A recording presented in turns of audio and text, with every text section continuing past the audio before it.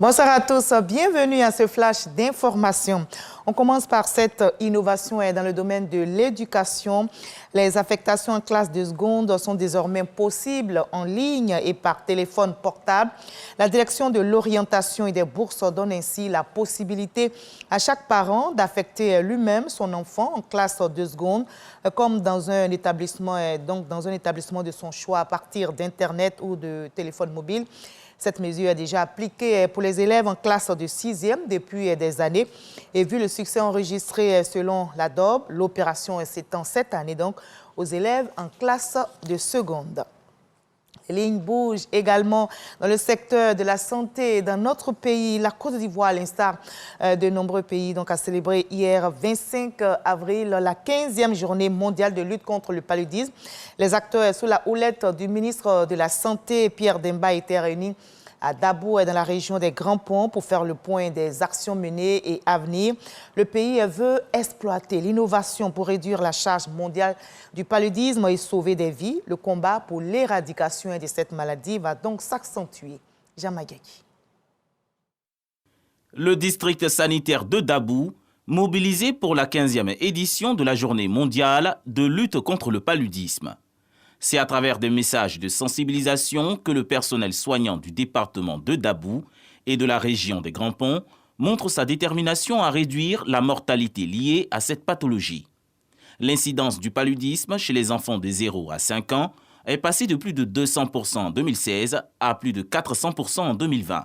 Face à cette situation, les agences des systèmes des Nations Unies soutiennent depuis 2017 l'État de Côte d'Ivoire à travers l'initiative présidentielle américaine PMI et le projet Stop Djekwadjo. Le thème retenu cette année est « Exploiter l'innovation pour réduire le fardeau du paludisme et sauver des vies ». Et ce thème s'aligne sur l'appel de l'OMS à intensifier d'urgence l'innovation et le déploiement de nouveaux outils dans la lutte contre le paludisme. À ce jour, les enquêtes du ministère de la Santé montrent une progression des performances des agents de santé de plus de 90%. Des acteurs du district sanitaire de Dabou ont été récompensés pour leurs actions. Un espoir dans la lutte contre le paludisme. Le test de diagnostic rapide, les médicaments pour le traitement du paludisme, simple. La prévention chez les femmes enceintes sont gratuits dans toutes les formations sanitaires de notre pays.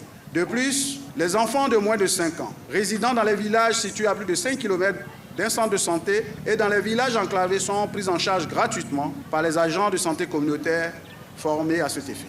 En 2021, les campagnes de chimioprévention saisonnière du paludisme ont été mises en œuvre et ont permis de protéger plus de 11 millions d'enfants dans le pays.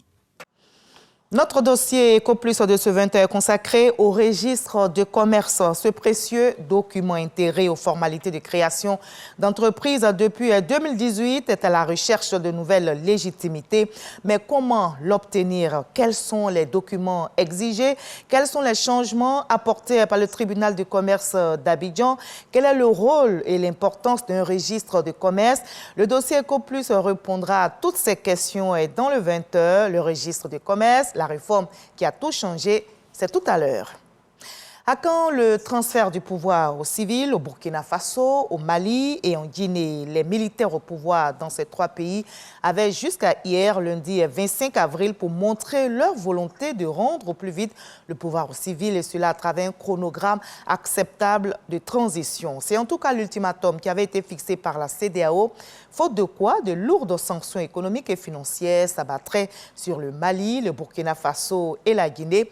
Les lignes en tout cas n'ont pas bougé sur la question de la durée de la transition dans ces trois pays bannis de l'organisation sous-régionale malgré la réalité des menaces qui planent sur eux.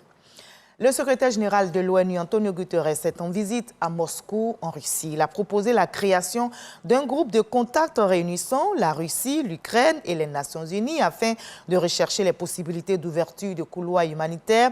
Ce que Sergei Lavrov, ministre russe des Affaires étrangères, se dit prêt à faire. Et au même moment, en Allemagne, les États-Unis et 40 pays alliés se sont retrouvés afin de décider de la fourniture d'armes à l'Ukraine. L'Allemagne a pour sa part autorisé l'envoi de chars à Kiev.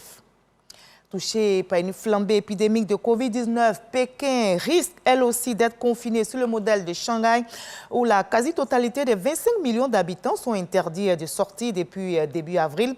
Plus de 50 décès ont été recensés hier lundi selon le ministère de la Santé. Un record dans la capitale chinoise. Dépistage en pleine rue pour identifier donc des cas.